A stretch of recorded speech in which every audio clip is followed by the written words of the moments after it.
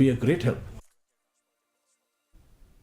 Social activist Angela Rangat on Thursday filed an FIR against one Akash Sagar for criminally trespassing the Church of Epiphany in the East Khasi Hills district's Mawlynnong and desecrating its religious sanctity by shouting non-Christian slogans and mockingly singing non-Christian songs at the altar.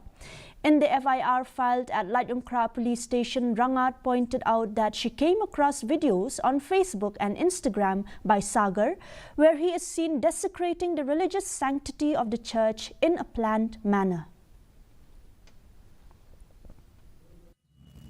We've come to file an FIR because just day before yesterday, I came across one video, a reel, made by one person in Mawlynnong. And it is a very disturbing reel. It shows this person, I think he's a tourist. He's walking into the Church of Epiphany in Mawlynnong. He films himself walking in. He films himself inside the church, walking to the altar area, taking the microphone and then shouting Jai Shri Ram. And also starting to sing all sorts of Hindu religious songs.